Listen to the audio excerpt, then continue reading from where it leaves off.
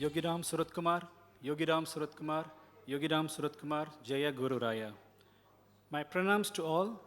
We welcome you to the third day of National Conference on New Perspectives on Science and Technology in Ancient India, organized by Ma Devaki Veda Patasala, Trust of Yogi Ramsuratkumar Ashram, Tiruvannamalai. I am Professor Valliyappan Raju, Director of Research, Perdana University from Malaysia, and I feel blessed to moderate today's session.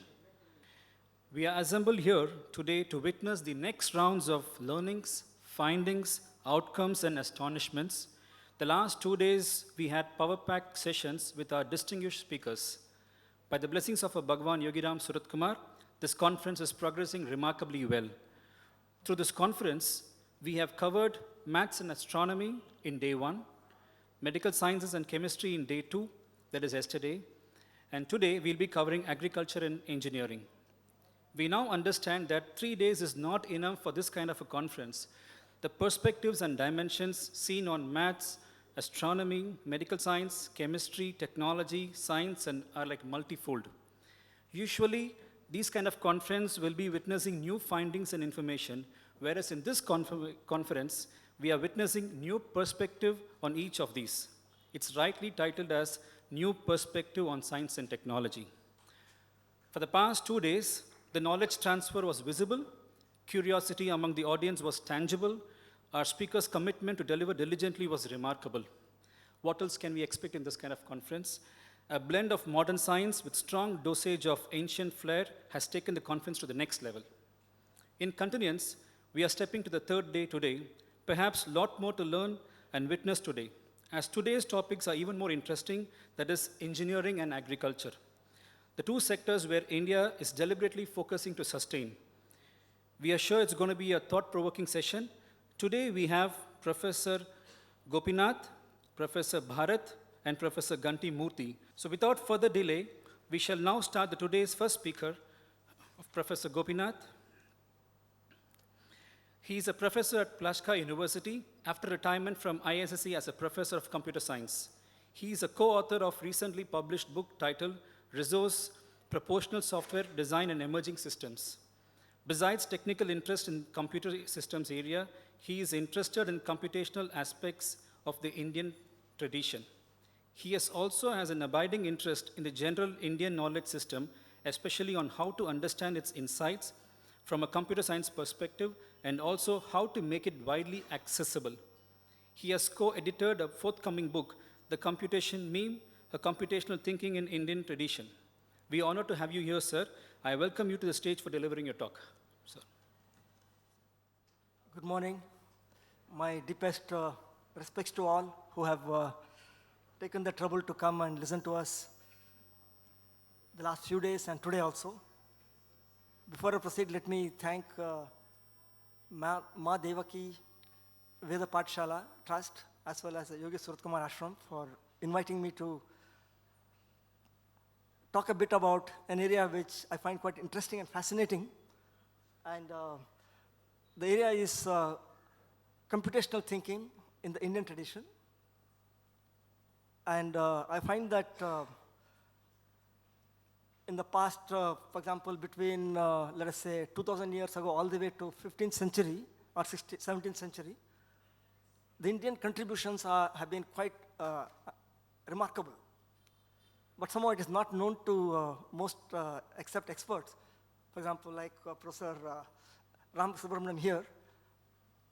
And my attempt is to look at it from a computer science angle. So let me just outline of the talk is basically, I will give you a brief introduction to what I call Indic computation. I'm going to assert a proposition that in India, computation was a way for inquiry into the nature of reality.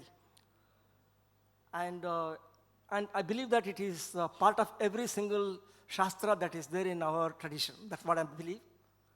My attempt today is to throw some highlights on this aspect and see if you find it meaningful. A good example of this particular perspective is what is called Druk Ganitaikya. Druk is connected with its base word for drushya, to see, some connected to the word to see. And Ganita Aikya, Ganita is computation. Aikya is the concordance. Basically, both of them should be together. So basically, what you observe and what you see should go together. Okay? And this is a phrase that's used in quite a few places in Indian thinking. You'll see it used by Bhaskara, for example. You'll see it also, of course, in the Kerala mathematicians. They also use it quite a bit. And it is there even, according to Professor Arun Iyengar, whom you heard about 2 days back. It is there in Vruddhagarga about at least 700 BC. Okay? That is at least close to 2,000, almost 3,000 years back. Okay? So this Druk Ganikaitya is basically all about, I think I would call it the foundation of current way of using computational techniques. What it means is you observe something, you build a model of it, and then you compute based on the model and what you observed, and you see if the answers are corresponding to what you see in reality. Okay? And you keep doing it till you get it right. Okay? I believe that Indian astronomy followed this particular model, and it is there also in other areas, for example, even grammar. For example, Panini's grammar and other grammars, they try to capture the linguistic forms that are available and make sure that whatever rules they came up with actually capture them correctly and concisely. In a sense, there is some kind of an experimental procedure by which you change your models, to change your sutras or whatever they are, that is at the heart of this particular exercise, and make sure that they actually catch all the important ones. And of course, reality is extremely complicated, so you cannot capture every nuance, every detail, and it's an ongoing process. And I think that the Indian thinking that way, I would say, is remarkable, because this is exactly what we nowadays call it a computational approach to many disciplines. For example, you might have heard of computational finance. You might have heard about computational biology, computational fluid mechanics, computational genetics, name it. There's always a computational somewhere. You can see there is something different between computation per se and mathematics. Okay? I'm going to, because I'm from computer science background, I'm slightly partial to the computer science perspective. I would argue that mathematics is a great, insightful way of, if there is structure in the problem, if there is enough structure in the problem, that insight you can call it as mathematics. But oftentimes, the problems are so complicated, there is no way of coming with a clean and simple model or insight. And there are multiple frameworks that have to come together to essentially see how they empirically fit together. And then you need a computational model to actually see how it actually works out. Okay? You'll see it in every single area. And we were lucky to hear Professor Rama Jaisundar yesterday. She was mentioning about in Ayurveda, for example, that you have two worldviews. One is that of what she called as the physics perspective, everything starting from atoms all the way to construct higher layers. That is, you learn all about atoms, then you can go and understand the next layer, then you understand the next layer. That's one model. And the Ayurvedic model, which doesn't believe, or sorry, I shouldn't say believe, which doesn't say that I need to understand the lowest level things before I can understand the top level things, in some sense. Okay, I'm again caricaturing this position, but I'm just, I hope you understand, I hope it's clear. Okay. So in a sense, in computation also, we have the same similar kind of model. In mathematics, for example, what we study in high school and other kinds of stuff, what we do is geometry is a good example. We have some simple proposition from which we derive everything. So it's a deductive exercise, and oftentimes mathematics has been conflated with deductive exercise. I think the Indian thinking was, on the other hand, computational. That doesn't mean that everything is derivable from some very basic axioms immediately. Okay? It's possible that you can do it afterwards. That is, once you understand the domain reasonably well, then you might actually come with axioms and figure out what is happening. Okay? And this is really true in case of very complex domains. Let's take, for example, neuroscience. There are so many things happening in our brain that a clear deductive model is not possible. Or if you take, for example, stock market prediction. Anybody who claims that they have a deductive model to predict stock market movements, I would say is probably unlikely to be having any reasonable way of getting it done. Okay? I don't think so. Okay? So, or for example, if you look at atmosphere, there are so many phenomena in atmosphere to predict the atmospheric aspects, right? There are at the level of atoms, then at the level of clouds, intercontinental atmospheric flows, and coupling of that with the oceans, all kinds of things are going on, right? So there is no clean and simple deductive exercise that you can do. What actually will help you, and that's what happened post-1900, is a computational perspective which basically informs on how to take multiple frameworks and put them together and get some tentative answers. They may not be correct because the way you put multiple frameworks together may not be the right one because you don't have any idea how to do it ab initio. There's no magic by which you figure it out. You have to try it and see what happens, and then you keep on revising it till you get it right. Okay? And I believe that the Indian model is exactly this. And that is basically Dhruv Ganikaitya. So my thesis in this particular talk is to show examples of this Dhruv Ganikaitya that is in, in our tradition. And I think that the many historians of Indian mathematics many historians, they were trained in the deductive model. They see Indian mathematics or Indian computational thinking, and they see obviously there are no what they call proofs. It's not really true. There are proofs in Indian tradition also, but they are far more computationally oriented. Like our Srinivas Ramanujam, for example. He would come up with some complicated domains, and he will do amazing computations and get some insight. And then, so basically computation was the bedrock on which his imagination flowered, okay? And I believe that if you look at Bhaskara or Aryabhatta or Narayana Pandita, so many other great mathematicians in our country, combinatorics, etc., they all had this amazing ability to calculate and see the patterns. And from there, they could actually do some amazing, what I will call it, mathematics, depending on how you call it. And so I'm going to talk a bit about, touch upon that part, and I will give some examples. I'm not sure I'll be able to cover all of it. I'll see to the extent it's possible. And as I mentioned, I had not updated this particular set of slides.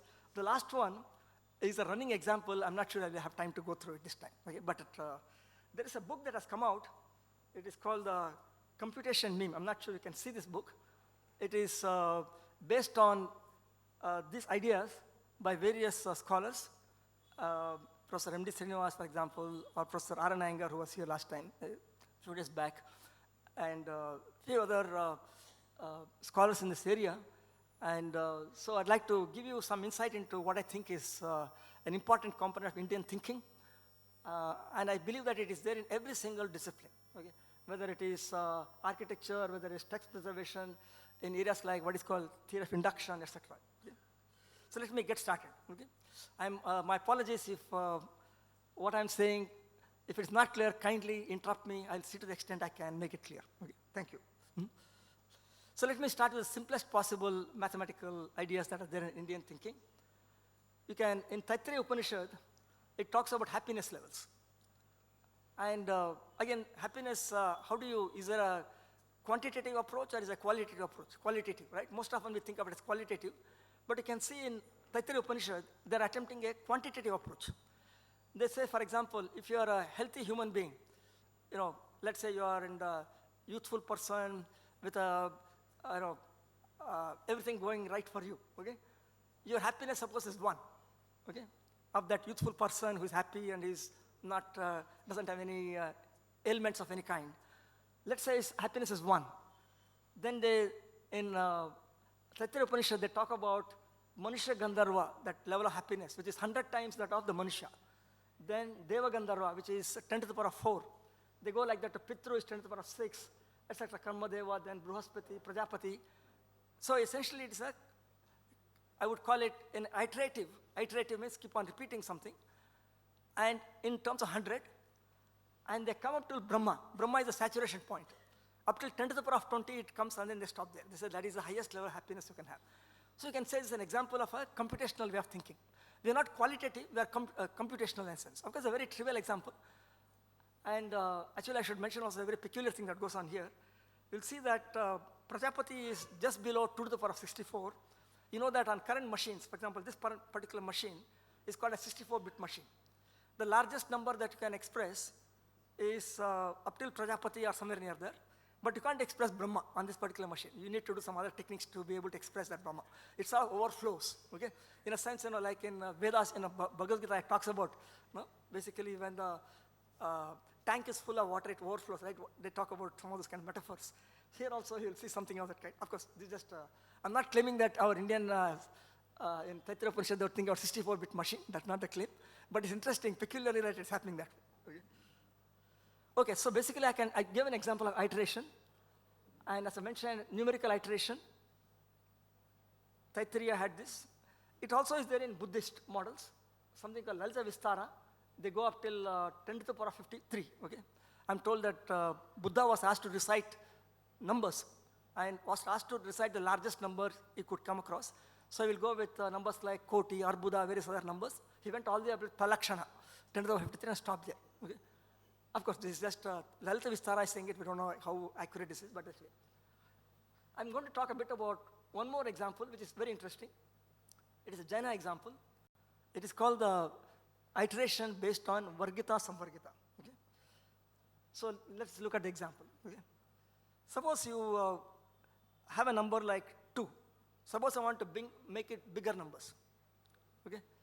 So the Jainas decided to use what is called exponentiation. Basically make it, for example, 2 to the power of 2, okay, 4. Then you take 4 and exponent it itself, okay, 4 to the power of 4. See what happens. Then you take 4 to the power of 4 and make it 4 to the power of 4 to the power of 4 to the power of 4. See what happens. Then you take the number again, keep on exponentation, okay. So they thought that, if you want to, if you're going from limited human understanding to infinitary understanding. So they thought that, okay, let's start with something we know, 2 to the power of 2, 4. Then I go to the next level, keep on doing it. Keep on doing it on and on and on, okay? Till you get to something called asamkhyata, where you are unable to compute, okay? You're not able to grow further, okay?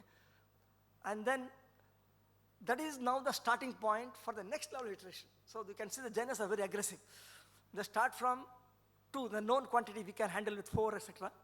They go up till 2 to the power of 2 to the power of 2 to the power of some huge number of 2 to the power of 2s, on top of it, another set of 2 to the power of 2s, on top of it, another set of 2 to the, all these things. Finally reach some place, asamkhyata number. When reach there, then they said this is a starting point for exploration further. Okay. So that is their kind of thinking, which is remarkable, okay, because this again I would call it a certain computational way of thinking. That's what I would call it. Okay. Again, all of us have heard about that in Indian tradition, we have developed a number system. And oftentimes people have described it as that Indians discovered the number 0.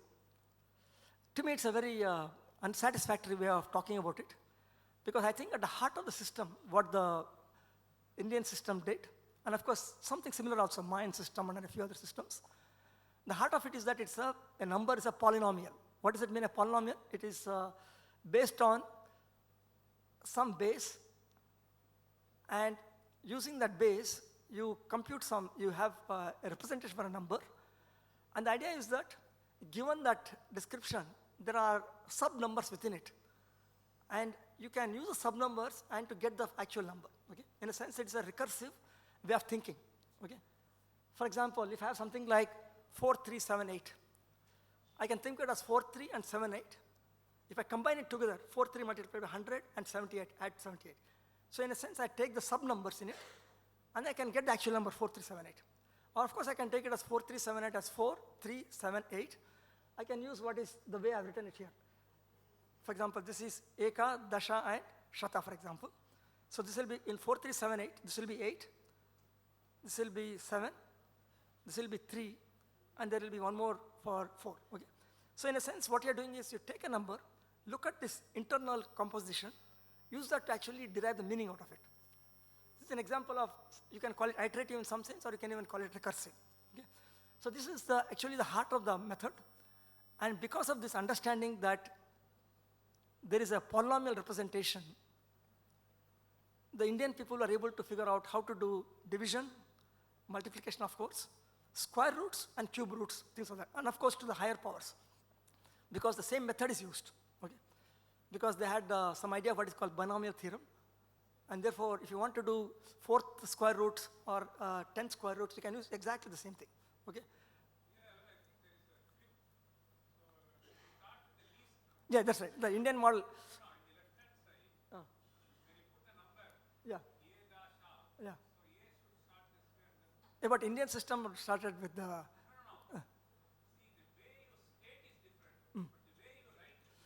Okay. Okay, that might, okay. Okay. I'll, thank you for pointing it out. Thanks. Okay. So, what I'm trying to suggest is that without understanding the recursive nature of number system, you couldn't have figured out how to do square roots and cube roots and other roots, okay? And that is you can see it in Aryabhatta already. Aryabhatta is about 500 CE. At that time already it is very clear how to do it. And so as far as I know, it was not known to the Europeans, okay? Because they had no number system of this kind. So they had a very arcane system which was very difficult to think about, okay? So you can see, for example, this was not available in the European systems till Fibonacci. This is about 1200 CE. And you can see, for example, he talks about,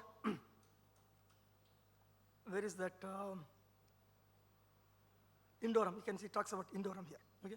He's saying these are the numbers from India, for example, okay? And again, if you look at the highlighted portions, Fibonacci account is writing in 1200 CE as a consequence of marvelous instruction art to the 9 digits of the Hindus. Okay? He's writing in about 1200, okay? And he basically says that other methods he studied in Egypt, etc., but nothing was as clear or as systematic as the Indian version. Okay? That's what he says. Okay? If you look at Fibonacci, you can see that he's talking about simple things like this, for example, 184, 56 by 17. He's doing those kind of things. Okay? This is we're talking about 1200 BC, 1200 CE. Okay? So, I think I already mentioned this. Okay. So I think in some sense, what I can argue is that you might have heard about the word algorithm. Okay? And it is coming from this word al-Khwarizmi, which was Latinized to algorithm, and from that we get algorithm. Actually, it turns out al-Khwarizmi actually had access to translation of Sanskrit texts in Baghdad. For example, he writes Kitab something Hisab al-Hind, okay? The book of addition and subtraction according to the Hindu calculation, okay? So you can see that probably we shouldn't be calling it algorithm, because the notion of algorithm was probably known to Indians much earlier. Probably, I made a guess, what could it be? So I'm saying Pingalam, because Pingala was one of the early ancestors who looked into algorithmic ideas. Okay. Paninians, that also is possible. Yeah. Okay. So again, there is some interesting ideas that even negative numbers were not really understood in both the Arabian tradition as well as the European tradition for a long time. Okay.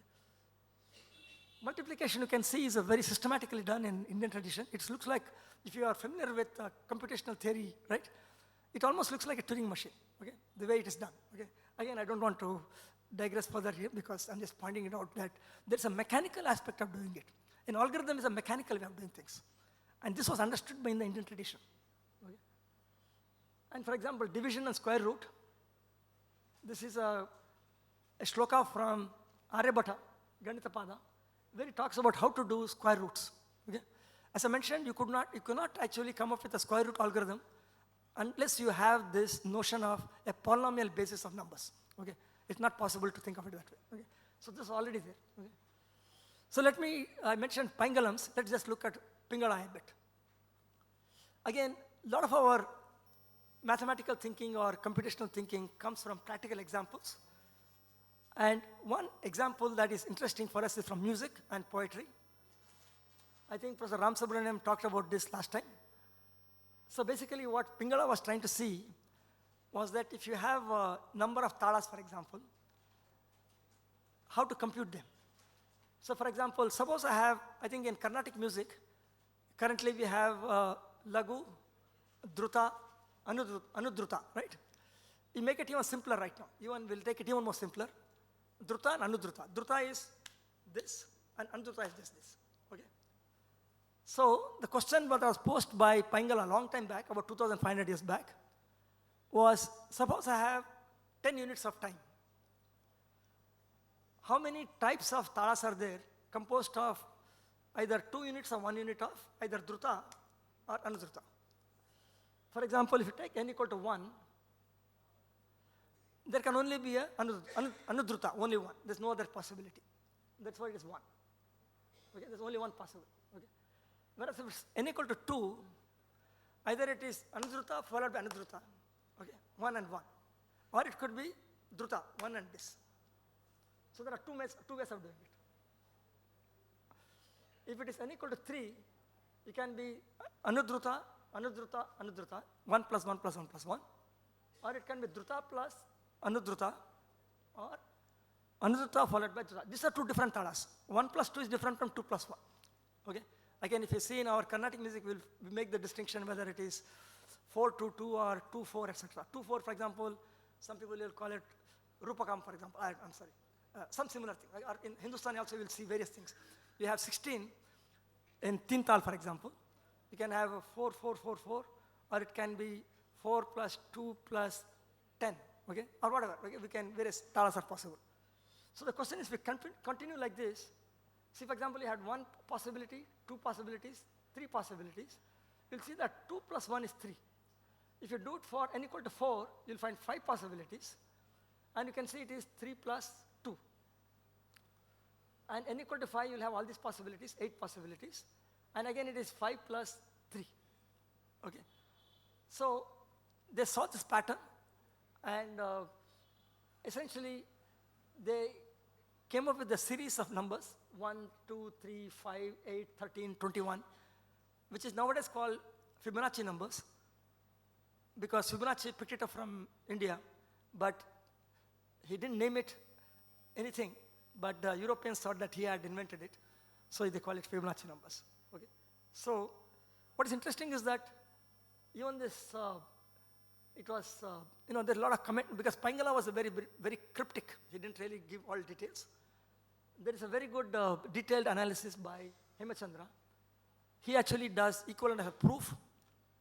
For example, he says that if you are thinking about it, see, either something starts with a 1 or it starts with a 2. It can't be that there are only 2 possibilities. It's what is called in computer science case analysis. Either it starts with a 1 or it starts with a 2. There are no other possibilities, because I only had anudruta and a druta. That's it. Okay. Of course, I can have a lagu also, then I'll have 3 possibilities. But right now I have only 2 possibilities. So either it starts with 1, in which case, suppose I have n units of time available to me. Anudruta has already taken up 1 unit of time. So what is remaining? N minus 1. Either it starts with 1 or 2. Suppose I start with 2. I've already taken 2 units of time away. There is n minus 2 available. So if I posit that for n units of time I take Pingal of n, P of n, then P of n should be equal to P of n minus 1 plus P of n minus 2. Okay? This, he gives a proof of this kind. Okay? Again, you can even think about it. In Carnatic music, suppose I had lagu also. Then you can easily see that it instead of Pn minus 1 plus Pn minus 2, P of n should be P of n minus 4 plus P of n minus 1 plus P of n minus 2. Okay? So what I'm trying to suggest is this is a recursive procedure. Something is smaller. From the smaller things, you construct bigger things. Okay? You can think of it iteratively or recursively, but both are, we'll not get into too much in detail, but there is some correspondence between them. Okay? Again, you'll see that similar ideas, deeper ideas in, for example, Narayana Pandita. He used a problem. A cow gives birth to a calf every year. The calves become young and they begin giving birth to calves when they are 3 years old. Says, tell me, oh learned man, the number of progeny produced during 20 years. It turns out that there is this is what is called a time series nowadays. You can come up with a time series for doing this. And actually nowadays it is called the Narayana series, okay, this particular thing, okay.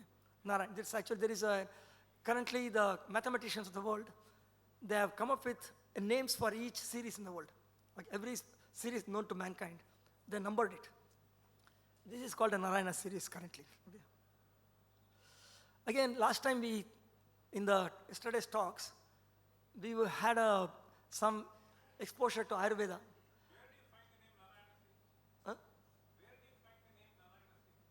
Narayana series, it's there as a, so for example, you have Fibonacci series, right? It's not acknowledged, it's official. There is some numbers, it's called A0, A1, A2, algorithm 0, 1, 2, 3, etc. So there is a number for Narayana series also. Okay, A something, I've forgotten the number. So let me slightly switch gears a bit. Yesterday we had some insightful discussion about Ayurveda. I'm going to put a computational masala to it, okay, slightly, okay? I hope you will forgive me for this, okay? So for example, you had Pitta, Kapha and Vata, all right? What is Pitta? It's activity. To me, it looks like computer processing, okay? Kapha is basically solidity or growth. It's basically the framework on which you do things. For example, the storage system, in a sense. It gives you the solidity on which you can do things, okay? And Vata is basically activity, movement. And that is closer to like a network. And you will see that, in a sense, what the Ayurvedic model has done is to, from a computational perspective, it understands there has to be processing, there has to be storage, and there has to be movement. And when you do that thing, you can have a reasonable description. It's not a binary description. It's a description using three components, okay? And as was mentioned yesterday, it's a recursive description. At each level, you see this Pitta, Kapha, and Vata. And same thing, you do it in a computational metaphor also. In computational metaphor, I can have a computational thing for computing what a quark does. I can have a computational model for what an atom does. I can have a computational model for at the molecular level, at, for example, in the case of the human body, at organal level, you can have a computational model at the body level, society level, whatever, right? I can keep, in a sense, you are embedding this metaphor deeply into every single layer, okay? Which I think is again an interesting idea that is there in Ayurveda, because as was mentioned yesterday, this Pitta, Kapha, and Vata is basically at every single level. It's not only at one particular level. And they interact, the different layers interact through the particular thing, between these two. Similarly, we'll see that in, for example, in Bhagavad Gita, we talk about gunas also. Basically, it's the fact that things are combinations of things like sattvas, rajas, and tamas, for example. And this particular thing is even more, I feel, more interesting, because in Indian thinking, they talk about manas, which is basically a supervisor of the 5 jnanendriyas and 5 karmendriyas. One is action-oriented, one is sensories. For example, if you look at jnanendriyas, they're basically sensory organs. Karmendriyas are basically organs of action, okay? You might, in current model, current thinking, closer to, let us say, jnanendriyas are closer to sensory, karmendriyas are closer to robotic aspects, okay, things of that kind, where you actually interact with the real world. You'll also have something called chitta. Of course, the definition of chitta is, different people have given different meanings, but one meaning I've come across is a store of impressions. That is basically storage. Ahamkara, I amness, basically this is the thread of computation. When a particular program is running, there is a thread of computation. That is that ahamkara in some sense. And buddhi is basically the thing which controls all the things together, in a sense that a higher level perspective which modulates manas, chittas, ahamkara. Okay. So you can see that even the Indian thinking at some level had all these things in some form or other. Okay. It is a, I hope you don't take me wrong, it's a bit, it's an insightful way of thinking about it. Okay. I'm not trying to say that we had exactly the same models, but it's useful to way to think about it. Again, I would like to show a few pictures to show this computational perspective. Okay, this is Chand Bauri. If you're gone to Rajasthan, you'll see this well, and you will see the kind of structures that are there. Okay, you can see a very nicely geometric pattern, and you'll see it also in Khajuraho. This is the Kandariya Mahadev. Okay, if you go to Mudhera in Gujarat, you'll see this again, the water well. You'll see a certain geometrical structures. Okay, and this is even more interesting. This is a temple in Somnathpur, and you'll see that it is using what you might call as some kind of iteration. Let's see what the iteration is. On the right-hand side, you see what is called a cock curve, K-O-C-H. Okay. Sorry. This is the cock curve here. Okay, what I'm pointing out here. Okay. So what you do is you take a line and you rewrite it. This is what is called a rewriting rule. Okay, rewrite it. Okay. You take a a single line, you scale it down, rewrite it as this much. Now you take this itself, again, you rewrite this part into this single straight line into, again, this kind of thing, okay? So for example, I start with this, I got this. Now I take this part and rewrite it using this. So basically you'll see this is the same as this, after rewrite. This one becomes like this. And this one becomes like this. You keep doing it. If you iterate it multiple times, you get a structure like this.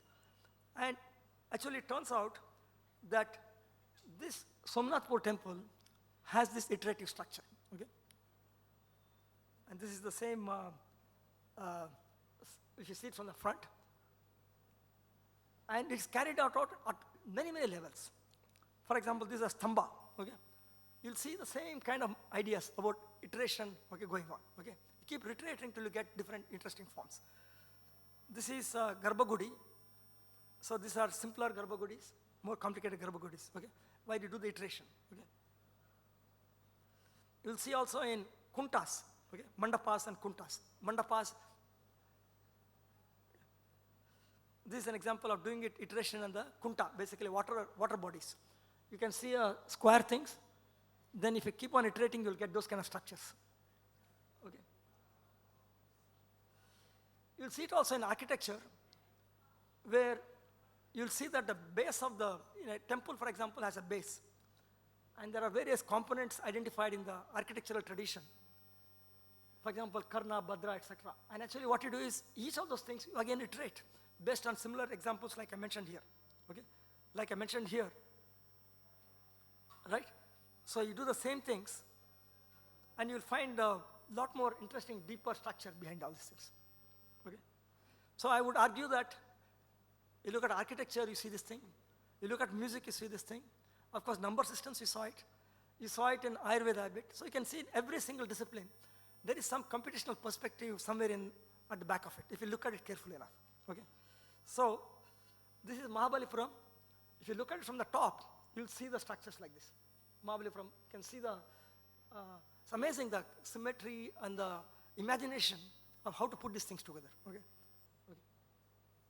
So I would argue, based on what I've given, what I've talked about, I'm arguing that there is a computational perspective on inquiry, okay? This is the hallmark of Indian thinking, okay?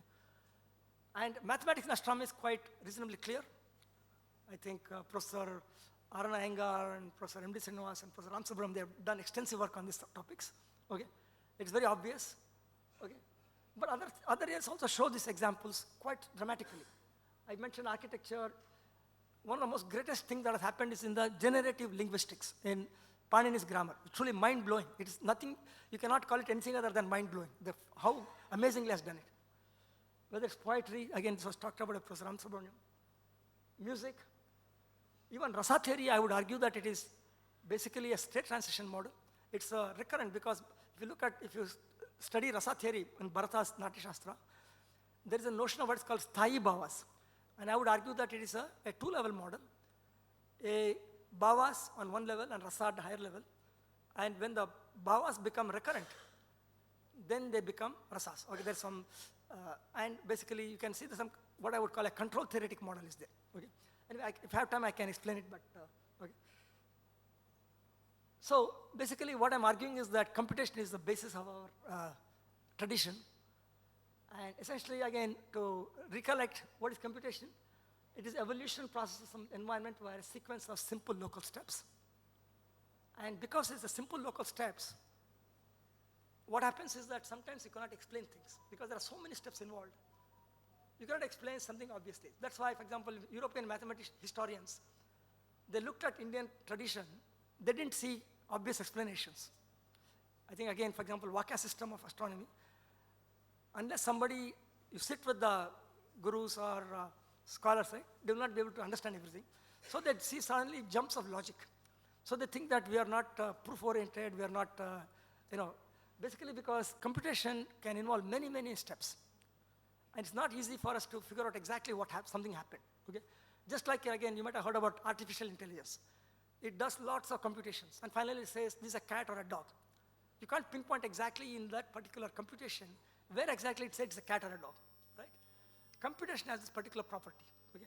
that you cannot really do what I might call complete explainability at every single level. Whereas if it's a simple deductive model, right? From this I derive this, from this I derive this, from this I derive this, I can point out where exactly it happened. Okay? So I would argue that the proof-oriented or the deductive style of mathematics that is taught to high school students and systematically, it actually has a giving you a perspective on mathematics which is not the way it's actually practiced. And if you look at Indian thinking, was closer to this, let us say, the computational model. And therefore, many of the historians got misled into thinking that Indians don't know how to reason about things. Okay, or some such crude words were said about us. Okay? And again, to give an example of what I'm talking about, you heard of something called a paradox of the heap. For example, you can have 1 million grains of sand. You can remove 1 grain, it's still a heap. You keep on removing one at one, keep on removing one. At some point, it becomes 0, right? You can ask the question, at what point did it stop being a heap? Can I quantify it? Okay? That's not possible. Same thing actually happens in artificial intelligence also. There are statistical procedures used, and we have identical similar explainability is a problem. So in computation has an explainability problem. Okay?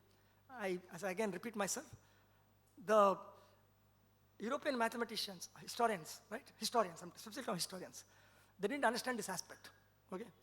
Because they didn't understand that real mathematicians don't only think about deductive mathematics, they do other things, okay? Gauss, for example, he did amazing calculations just like Ramanujam did, and from that he would actually derive certain things and present it to the world. But he will not tell you all the calculations he did, okay? So I would call it the early generation of historians of mathematics, they thought that all mathematics is deductive, okay, or some such simpler model. And from that point of view, I feel they didn't really appreciate Indian mathematics. And so they would all put it down in various not so nice ways. Okay? So I'm actually arguing that because it's computationally focused, that you have to understand it a different way. Okay? That's my thesis. Okay? Okay, so I think, okay, let's see.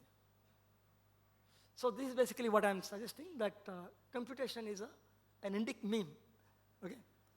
That it is a thing that helps you to understand reality.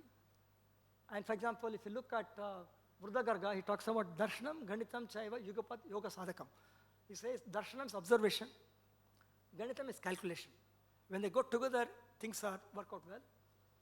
Similarly, if you look at Bhaskara, he has got something called Grantodesha, okay? Aikyam, okay? Okay? He basically says, I need to make sure that what I observe and what I calculate should be same. Okay? That's what he says. Again, it's there also in Kerala School of Mathematics, quite a bit. So I think I may not have time to go through this. Okay, so I think I'll skip this part.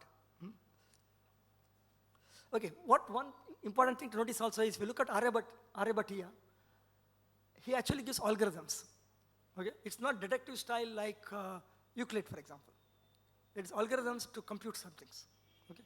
So this is an example of that. The Kerala school, for example, also talks about it.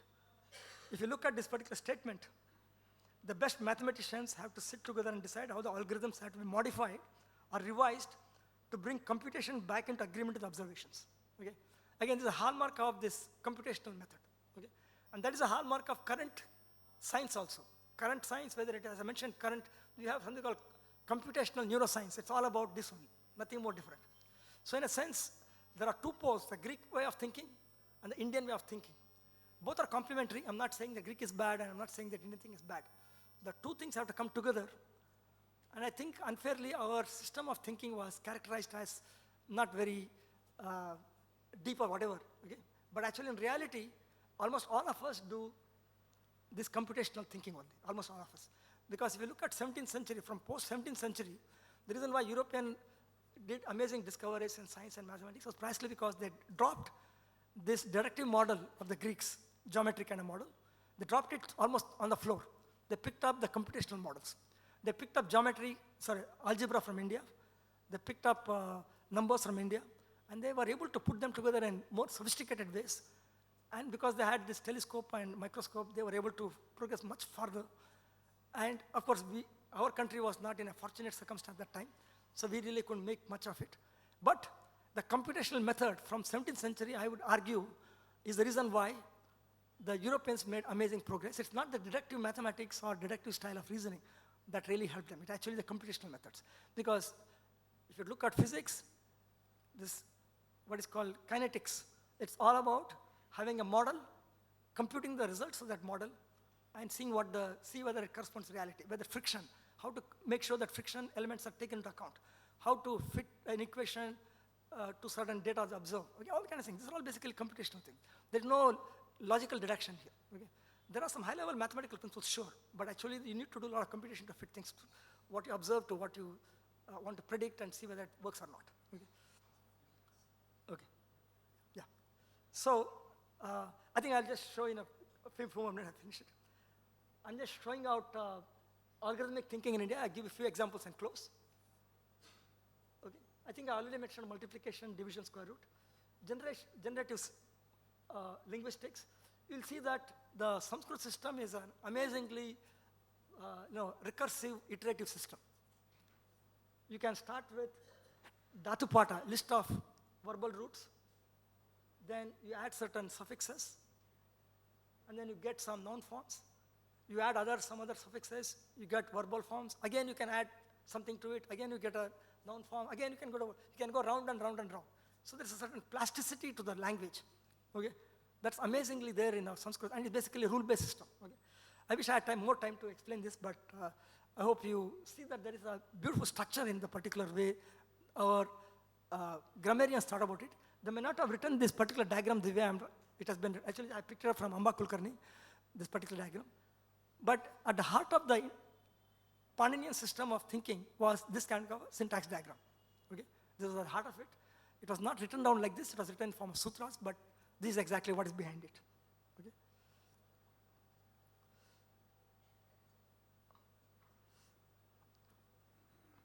Okay, so I think I want to just show a few of the. So this is an example of Chitrakavya. Again, this is in poetry, there is some idea about doing some interesting mathematical computations or computational. Okay. So here, basic idea is that you want to read one way, you get one poem, but you do what is called Turaga Padabandha. Okay. You want to jump across using the night moves. For example, I'm say here, I get 1, 2, 3, na, for example. This na, these are the same. Li, for example, this, and if you do a Trugabandha, it's here, li. Okay? So essentially what you can do is, you need to figure out a way in which you are writing the poem, and irrespective whether you read it horizontally, or you use the night moves, you still get the same poem. Okay? And finally, you have to cover all the squares. It's basically, you have something like 8 by 4, okay? 8 by 4 characters, and you want to cover all of them. So essentially, it turns out, in computer science, you need to do what is called backtracking to do this, okay, to be able to figure out how to systematically do it, to figure out if you are getting the correct solution or not. So this is an example of another Chitrakavya. It is again Vedanta Deshikan, and you will again see 2 poems coming out. Again, this is there in Telugu, it's there in Kannada, it's there. This is I mean, if you dig into it, you'll see so many examples. So it's almost like this way of thinking is part of our culture. It's not something alien to us. Okay? So that's what I'm trying to argue. Okay? There's one interesting poem. You read it forward, backwards, you get the same poem. Okay? Okay? Anuloma, Viloma, for example. Okay? Again, I'll probably stop with this one a bit. You'll see that there is a lot of, recreational aspects of our thinking also is based on mathematics. Okay? Or you'll see that all these things are connected with certain mathematical structures. Okay? You'll see certain kinds of symmetries. Column, you can actually this, I'm pretty sure all of you know it, column, right? So all these things you can use a computer to generate all these things. Okay? For example, this is a rule-based system, and you can essentially replace, like I showed you in the previous iteration of Coq square, you can, starting from one thing, you can generate all these things. Okay? And this is basically called the snake column. Okay? This again is a different kind of column. This also is there. Okay? Again, I don't have time to explain all these things, but I hope you get the idea. Okay? Even if you look at music, you'll see that something called Melakarta scheme that also has the same way of encoding and decoding names. Okay, that also is there. Okay, again, this is an example of a computational way of thinking. Okay, okay, I think, okay, if you give me 2 minutes, I'll do this and finish. Okay. I thought that I would like to explain one aspect of it which is very interesting, of text preservation. Some of you might have certainly heard about it. It turns out that our tradition was oral for quite some time, and there's a possibility that when you transmit some information, you lose some part of it, right? The question is how to make sure that you don't lose your Vedas or other texts. So it turns out they used some model of what is called error correcting codes so that things become intact. For example, there's something called Krama, Jata, and Gana. Okay, I'll explain using Gana. Okay, basically, let's look at just to make sure it's clear. Yeah. See, suppose this is the this is what you want to memorize or make it available to people 2,500 years later. Notice that it's a very hard problem because think about 1980. You had a floppy, and there's no way to read a floppy now. Okay, it's gone. Okay, if you had something on a floppy, there's no way to read it. If you had a disk of 1990, there is almost no way to read it now. Okay, it's possible to do it, but it's very difficult. Just think about if I have something here, I want to make it available 2,500 years from now. What has to be done? Okay, that's not an easy problem, and you'll see that what they have done is some interesting ideas which we still can probably look at. Okay, let's look at what exactly they did. Okay, see, suppose this is the text that I want to memorize, or make sure it's available 2,500 years from now. So you encode it in a particular way, so that if there are many errors in the transmitted text, I still can recover the original. A good example is, let's look at this one. Tam bagadeyena vimunchati. How do you encode it? The encoding is, suppose this is 1, 2, 3. Basically, what is 1, 2, 3? This is 1, this is 2, this is 3. Okay?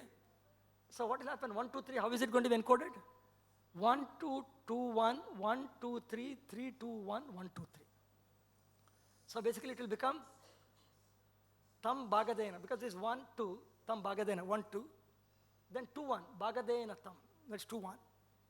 Then again it becomes 1, 2, 3, tam bagadena vi bagadena tam bagadena vi. So in a sense, what has happened is this 1, 2, 3 gets translated to this part. Then again you start with again this one, bagadena vi munchati. These are 3 things again. Again it will be bagadena vi bagadena vi munchati vi bagadena vi munchati. Okay? So, sorry. So this is what is called the Ganapata. Okay? I think if you had gone to Tirupati, etc., you will be hearing it on the loudspeakers. Okay? This is basically what is going on. Basically the idea is to encode it so that even if you lose half the digits, half the text, there is corruption here, there, everywhere. Even about 50% is gone. You still can recover the complete thing. This is basically what is called coding theory. Of course, we use it extensively. All our cell phones, etc., use it. But this is the earliest example known where this kind of extensive coding theory was used. Okay? So, I think I have some more things. I think I don't have time. Okay. And actually, I just want to end with this. Basically, that Professor R.L. Kashyap, he basically says that in those days, in the early days, about 2,500 years or earlier, there would be various chanters of these Vedic hymns, okay? And they will come together and see if they are in concordance. And that's what you can say here, right? He's basically saying that you chant all these things. There are multiple meanings to these particular shlokas, but one of the things R.L. Kashyap says is that when you have so many chanting styles, every so often, like a sabha, when you have sabha every 10 years or whatever, right? People come together and chant and figure out if they made mistakes, okay? And then recorrect it. And that's why it says, okay, basically a shared mantra for united gathering, for a union of minds with a common conscience. He's basically talking about a common offering, okay? This is the last stanza of Rig Veda, okay? The very last set of slokas, okay? And so his thesis is that this actually is about multiple chanters coming together and making sure that it's intact. I don't know how far it is. I think Prof. Ramsuratkumar can say something about it. Okay, okay. So that is one of his interpretations. Okay, okay. So I'd like to just mention that the computational perspectives helps us understand any tradition in many disciplines, and I would actually call it a running thread. It is there in every single discipline we have. Okay. Without this, it seems to be a jumble of tricks. Okay, who haven't understood this concept, or they are basically thinking about a deductive style of thinking, and they are unable to see anything else. So they are not able to appreciate this kind of model. Okay? I'd like to close with this last particular statement. There is a philosopher by the name Ganeri. I found his observation about Indian thinking quite remarkable. The idea that nature exemplifies mathematical structure is not remote from the Indian understanding of natural philosophy. Contrary to what is generally believed, but it's in fact a fundamental aspect of it. Okay? That this particular, he's calling it mathematical, I will actually call it computational. Okay? Because there's a lot of confusion between what's mathematics, what's computational. So he's calling it mathematical, I would actually call it computational. Okay? I think that is our core part of our tradition, which has, that's the reason why we were able to figure out the number systems, we were able to do so many amazing things. Unfortunately, of course, after the Kerala School of Mathematicians, all this kind of, post-17th century, we lost it completely, for other reasons, whatever happened. Okay? But there was an amazing quantity of research output over the ages with a computational metaphor in place. Okay? I think with this, I'd like to conclude. Thank you. Sorry, I took some time.